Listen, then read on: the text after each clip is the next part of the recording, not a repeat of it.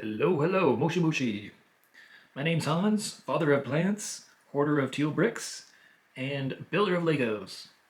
Today's video is a mashup of two very important topics. First, I'm going to discuss the new LEGO 2021 road plates, about to be released in a few days on January 1st, and how they will work in my LEGO city. Then I'll segue right into just how I will be designing the roads, vehicles, and transportation systems in my LEGO city. As mentioned in previous videos, my upcoming LEGO city, named Paradisa City, is a futuristic city based in the year 2060, and its roadways and transportation systems are going to be significantly different than today's systems. And if you're excited about my futuristic LEGO city, you're definitely going to want to know what the heck I'm up to. So sit tight, put on your seatbelts, and let's go. Okay, so new 2021 road plates that might be replacing the existing vacuum-formed baseplate road plates. And of course, this is a 16 by 16, and they also have an 8 by 16. Now, these aren't the actual road plates. Obviously, I've made these to resemble exactly what I've seen of the parts. I'm just using a 16 by 16 plate with a bunch of tiles to simulate the actual parts. And these are being released January 1st in a couple of days. And they're being released in a number of sets. One primarily, which is 60304, which is just strictly the road plates. So I'm looking forward to getting that particular set, just so I can try out these new road plates. Now, one thing I really like about these road plates is just how versatile they are. It's kind of a universal form factor. It's very modular. It frees up the current restriction of one size fits all.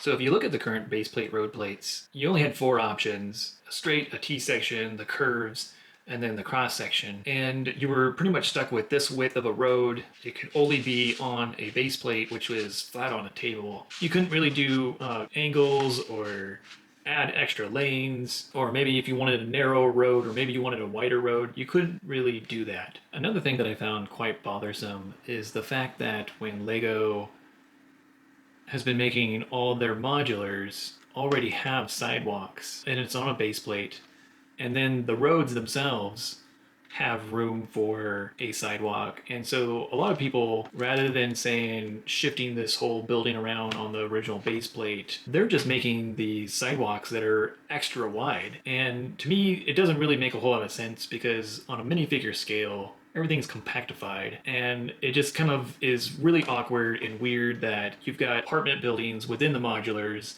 Like, these minifigures have got no room to even cook in a kitchen or use the restroom. So with the new road plates, I feel like they're solving this problem here. You've got these LEGO cities that are taking up a lot of space, and most people don't have a lot of space. A lot of people's LEGO cities are kind of crammed into a small bedroom or an attic, and the fact that you've got all this wasted space here, you've already got a sidewalk. You don't need an extra wide sidewalk, and all that extra space is limiting to the people's ability to build their LEGO cities and have a good variety of cities, because the road plates themselves are just taking up more space than is necessary. I mean, you've got 12 studs here, 6 studs here, 6 studs there, for every time you have a road here, and that just consumes a ton of space. Another thing that I like about these road plates is that you're no longer restricted to just being flat on the surface of your table. You can make elevated roadways, you can make ramps. Now, I've gone ahead and sort of fabbed up this little prototype mock-up of the new road plates on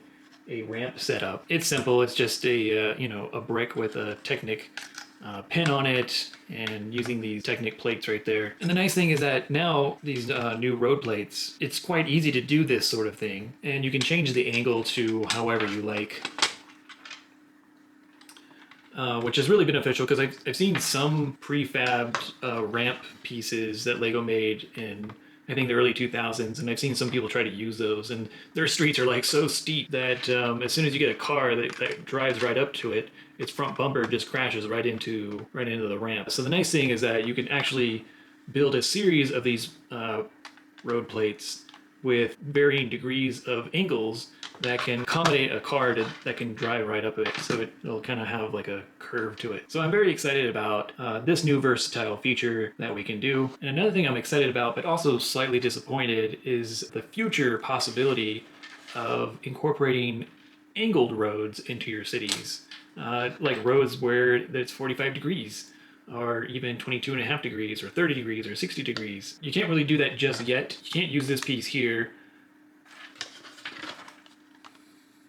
Just doesn't work. And then you've got studs right here on your road. You want you want tiles here. To put it on the bottom, it still doesn't really help you because one, it raises the road up by another plate, and then two is that there's still no way to fill in this angled wedge section with smooth, flat tiles. So I'm hopeful that Lego will kind of give us a wedge-shaped, I'm thinking a 22.5-degree angle, and so with 22.5-degree angles, you can have a road this, or you can have a 45-degree road, and then 4 of them would make 90 degrees. And maybe they can even make us a 30-degree, 2 of those would make us 60 degrees. Now here's what I've modeled up on SolidWorks to kind of explore this idea further. And here is a road plate wedge for 22.5 degrees. You can see that it still has some of the inset studs that line up with Lego's existing 16x16 or 8x16 road plates. And also here is a road plate wedge for 30 degrees as well. Now the back edge of that wedge piece, I've added a couple of 1x2 inset, and here I've gone ahead and modeled up what a curved road would look like. And this is a 45-degree angle using 2 of the 22.5-degree road wedges. It's got the 2x4 tile connections on the outer side, but it doesn't have it on the inside simply because there's no room to add those. And then I've actually added 1x2 tile position, and that's mostly to add 2x2 tiles that have the printed street markings, so that way the painted center line of a street can be continued throughout the curve of the road. And on the outer edge of that curve, you can see where I've added the 1x2 insets, and then when those join together, you've got a 1x4 inset, which you can attach buildings or whatever at that particular angle. And here is a road curve using 2 of the 30-degree angle road plate wedges, and of course the road itself now goes off at a 60-degree angle. Here is a complete 90-degree road curve using 4 of the 22.5-degree road wedges. And again, if you look at where the center painted line is, you can see how 3 2x2 tile pieces can be placed in there, not only to help join it together, but also to add the painted center line to the curve of the road. And here's another example of a 90-degree curve, but this time using only 3 of the 30-degree angle road wedge plates. And here is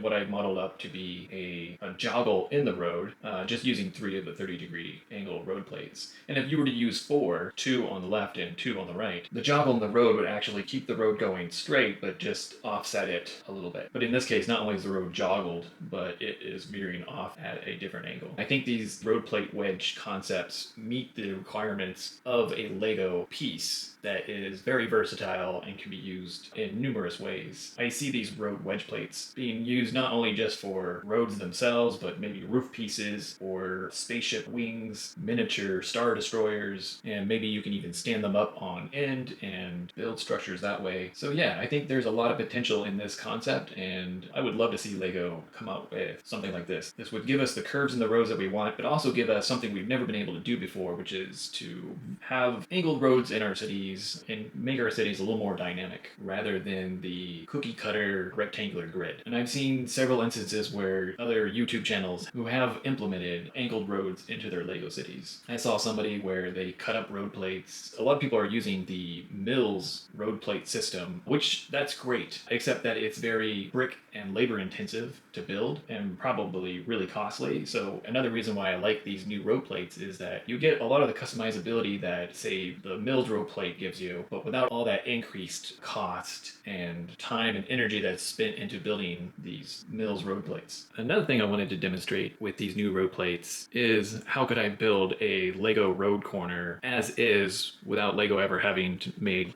any sort of wedge road plates. And so what I built is a sidewalk street side corner. This represents a building. This is the sidewalk. These are the connecting pieces. And this would be, say, like a large base plate that a building is built upon. And by attaching these here, you've got a nice road corner. Now, how you go about building a sidewalk border on the outside and making this curve around to give you a nice curved road. Lego doesn't have nice gentle curves that go around like this, so it might be a bunch of wedge plates, and it's not going to look pretty. It's just going to be very angular and jagged, and probably has a bunch of studs on it, not smooth tiles like you see here. So yeah, that's my concept for at least on this side of a corner, what that would look like. Pointing out to here, I think Lego needs to give us a 3x3 bow tile. They've already made the 4x4, the 2x2, and the 1x1 bow tiles. Another thing that I like about this more rounded sidewalk corner is that large shipping trucks with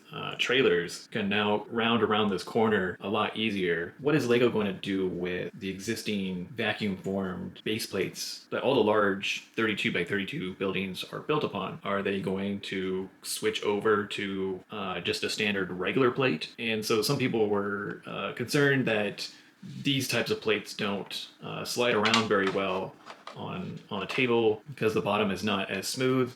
So one idea that I had for that was adding these 2x2 inverted tiles that can help with that, and then it would also raise the building up to the height of the road. So here I've kind of modeled up a 32x32 base plate using that concept where you've got the 2x2 inverted tiles on the bottom. And so here you can see that with a regular plate, the building level is right up to the street, and then you can build your sidewalk. Another thing that I like about these new road plates is you can now get realistic looking street gutters in there, in these little grooves, and it's flush with the street. It gives a more realistic look to it. Whereas the existing road plates, they've got these printed street gutters. Another thing that has got people pretty concerned is if these were to go away and going forward, this is the only system available, then how do they get their buildings that are built on these types of base plates to raise up to the level of here? And I think most of you guys already have that figured out. In case it's still concerning, I kind of wanted to demonstrate a concept that I had, which is, you can see you just need to have a plate underneath like so, and you can add some tiles to it. And here you can see that the plate will raise up your building. And you can do the same thing all around the edges. Now, of course, it does add an extra brick all around to the diameter, but considering that this is already saving you a ton of space, I'm not sure a lot of people will be too concerned by having an extra stud around the edge of their buildings, and that's an easy way to attach plates that can raise up these buildings or these base plates to the level of the new road plates. So on that note, let's talk about Paradisa City. Now, my upcoming Lego city, Paradisa City, that I'm working towards building is a futuristic city based in the year 2060. And before I get into how these new road plates are going to work for Paradisa City, I need to give you a breakdown of how the streets are going to be in Paradisa City. So, because I don't have my city built just yet, still working on that in progress, I've gone ahead and kind of built a micro scale version. And so here you see I've got a block of about 4 buildings. So let me just remove these buildings and kind of demonstrate. There are going to be 2 types of roads in Paradisa City. One are the walkable pathways in which people can walk freely without interference of other traffic types. So they can use roller skates, rollerblades, skateboards, segways, or electric scooters, or those 2-wheeled scooters that you balance on and zip around. In these pathways, vehicles are not allowed, and the majority of the streets in Paradisa City are going to be all walkable paths. This is to make Paradisa City a very walkable city, where it's very easy and convenient to walk around and enjoy the natural beauty of the city. And that's another reason why there's going to be a ton of plants in Paradisa City, and that is to bring nature into the city so that people can really just enjoy being outside within their city in itself. In today's urban environments, it can be very drab and unappealing. And the other type of roadway is for very light vehicles, and this will be where bicycles, motorized scooters, motorcycles, golf carts, these things that all zip around, say like at 30, 40, maybe even 50 miles an hour. So here you can see that this is a 2x2 sort of city block, but in reality, this would be maybe like a 4x4 city block. So internally in the 4x4 city block, it'll be all walkable paths, and then every 4x4 city block, you've got these lightweight vehicle paths. Now, of course, emergency vehicles will be required to go here. Also, food trucks and mobile vendors can operate their vehicles here. But this is primarily for very light vehicles. Most people will be getting around on scooters and bicycles. And the idea here is these paths never actually have to cross each other. And this is to absolutely prevent traffic stoppage with roundabouts and never having to cross different types of traffic. Vehicles never have to stop. So there isn't going to be situations where vehicles have to come to a stop and wait for people to cross the road. This city will be designed so that the two never intersect each other directly. So if you're thinking, well, Hans, what about being able to get in my car and drive from point A to point B? Well, normal standard cars do not exist in this futuristic city. And the reason for that is simply because of the inefficiency of regular passenger cars and the ginormous amounts of traffic that it generates. Now, that's a hard thing for me to even accept. I agree. I'm a car guy. I absolutely love my car, and I love sporting driving. It brings me a lot of joy. One thing that doesn't bring me a lot of joy is being stuck in traffic every day for an hour each way. That's 2 hours of my precious time, and as an engineer, it's not lost on me the billions of dollars in economic loss that occurs due to people being stuck in traffic.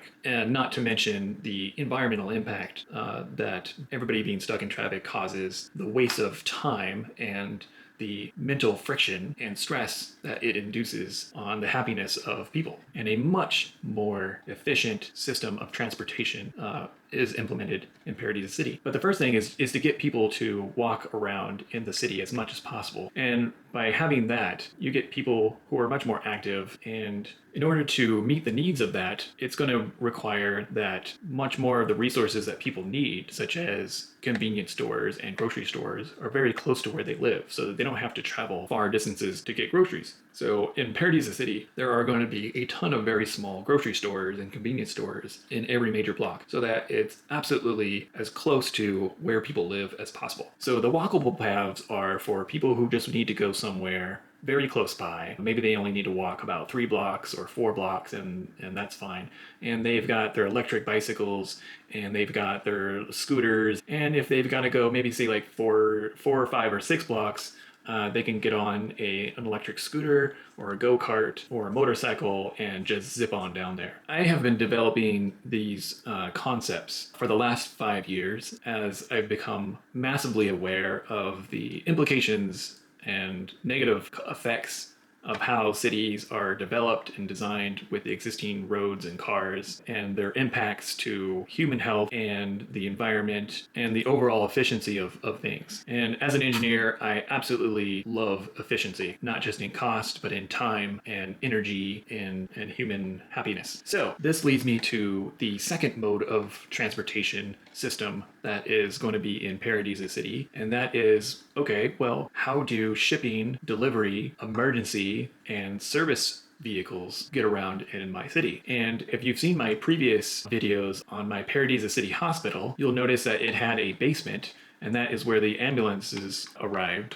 For all service vehicles and delivery vehicles, there is an underground road network in which these vehicles travel. All shipping and delivery vehicles will be traveling in these underground roadways. So on the first subterranean level, most large buildings will have escalators or elevators or stairs that go down to this level to access the garbage areas or the package delivery areas. So a lot of businesses are going to need large shipping and delivery bays to receive their goods, and so that's where you're going to see a lot of this. In the first subterranean level, I will have a large delivery distribution center that I will build. And then for vehicles such as food trucks or street side vendors, there will be ramps or elevators that bring vehicles up to the surface streets. And that frees up the surface streets. And then when it comes to people having to travel much farther distances, obviously a lot of metropolitan areas are much bigger.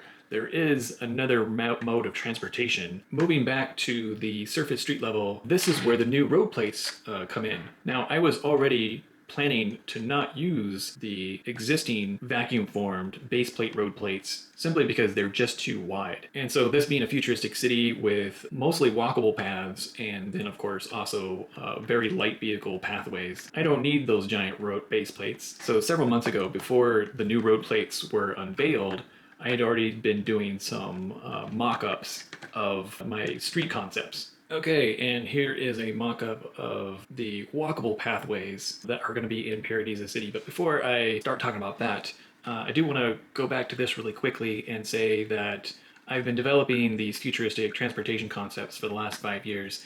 And I'm not the only one, so I'll give some honorable mentions. If you go and watch the Toyota Woven City video, basically Toyota is in progress of building a very futuristic section of a city near one of their Toyota headquarters in Japan, and it is based on some very similar characteristics, which is a mostly walkable section of their city. I'll provide a link down in the description so that you can go and watch that. Another example is in Tempe, Arizona. They are building a large section which is no cars allowed, is a very walkable section. Another honorable mention is the city of Barcelona in Spain, where they've divided the city up into very large grids, and within each large grid is cars are not allowed and it is mostly for walkable paths.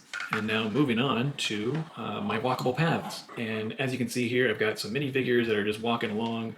I've got this guy on his little I can't remember what these are called, Segway balancing scooter type things. And you'll also see people on skateboards, or in this case, little bulldog, and people on rollerblades, and people who are just walking around the city. In a walkable city, I imagine a lot of people are going to, maybe they want to go shopping and grab some items, maybe from the grocery store. And so having these rolling suitcases is going to be very convenient for a lot of people. So in my city, you're going to see a lot of people walking around with these because they went shopping. And of course, the pathways are going to have nice little wiggling paths to them with lots of plants. Here you can see that this would be a step or an entrance to another building. Over here, you can see there's a food vendor, but also this could be a park path for people with all their bicycles. You're going to see a lot of outdoor seating and cafe areas between my buildings. So here I've demonstrated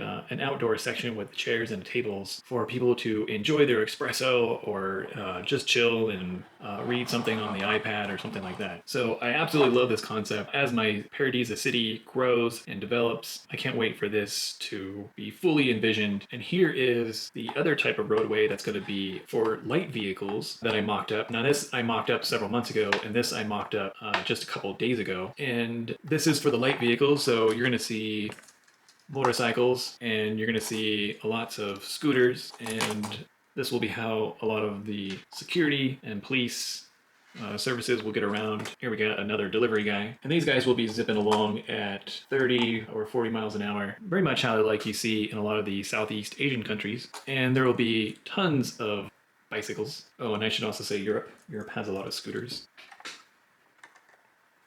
So here's another bicycle.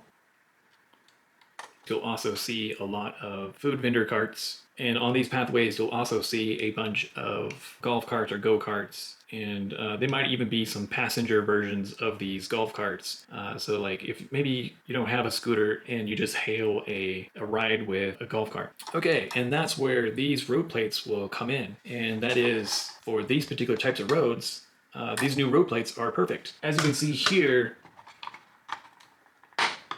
I've modeled this one up to basically be the new road plate, and then what I'll do is I'll add extra build on either side to extend this road by one more brick, and then as well as add a border to it. The center stripe of the roads will have various plants. Now I decided I wanted to widen this particular road so that way it's easier for faster moving riders to pass say like slower moving riders. But the other reason is because I also need for emergency vehicles to be able to access these roads, emergency or service vehicles. And so I'll be using these road plates down here in the subterranean area. So there you have it. That's how I will be using the new road plates in Paradisa City on the surface streets and as well as the subterranean street levels. Okay, so I just talked about two types of ways of getting around my city in here, which is walkable paths and then light vehicles. And then over here is fully autonomous emergency and service vehicles and delivery and shipping vehicles and garbage trucks will only be in the first subterranean level. And I've also said that personal passenger vehicles are pretty much banned in my Lego city simply because it just creates too much traffic congestion. And my cities are going to be built in a very compact way. It's going to be mostly focused on building up vertically as a more efficient use of space. One of the drawbacks to today's cities is the large urban sprawl, which means that you've got these suburbs that are out on the cities, and it's all these people are commuting into the main core of the city, and that's one of the big drivers of inefficient modes of transportation and what's causing a ton of traffic. Not having suburbs and condensing a city and building upwards, you have a much more efficient city. And then also at the same time, building the city so that it's very enjoyable to be in that city by having lots of natural plant life and making it very walkable friendly. Now, cities are very, very large, obviously, and I've talked about two ways of getting around efficiently in a short living radius of say like 4 to 6 blocks. How do you get around Paradisa City? If you need to go say like 2 miles or 8 miles or 10 miles or even 20 miles away to another part of the city. And I've now decided that since this video is already going to be too long already, that I will save that for a part 2 video on this topic and go into detail on 2 other forms of transportation that will be in Paradisa City. And I think those are also very exciting. One of them is extremely unique, and so I can't wait to share it for you guys. I'm very excited for my Lego city to start coming together. I've already started working on a couple of more buildings. So if you guys like my concepts on the road plates and my ideas for a wedged road plate, hopefully Lego can make something like that, leave a comment below. Go ahead and hit like if you liked what I talked about today, and go ahead and subscribe. And I really appreciate you guys watching, and I'll check you guys later.